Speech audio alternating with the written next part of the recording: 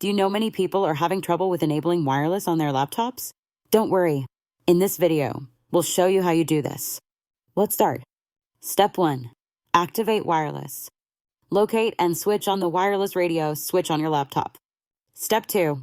Open Settings panel. Press the FN and F5 keys together to open the wireless settings panel. Step 3. Enable Wi-Fi. Ensure the Wi-Fi option is activated in the wireless settings panel. Step 4. Open Access Connections. Open the Access Connections program on your laptop and navigate through ThinkVantage. Step 5. Connect to network. Search for and connect to your desired wireless network by following the prompts. By following these steps, you should now have wireless capability enabled on your ThinkPad L420. Still need help? Visit our website for the complete manual. There you will also find questions and answers from other Lenovo users. Did you find this video helpful? By subscribing, you help us continue to answer users' questions. So, subscribe to our channel. Thanks for watching and see you in the next video.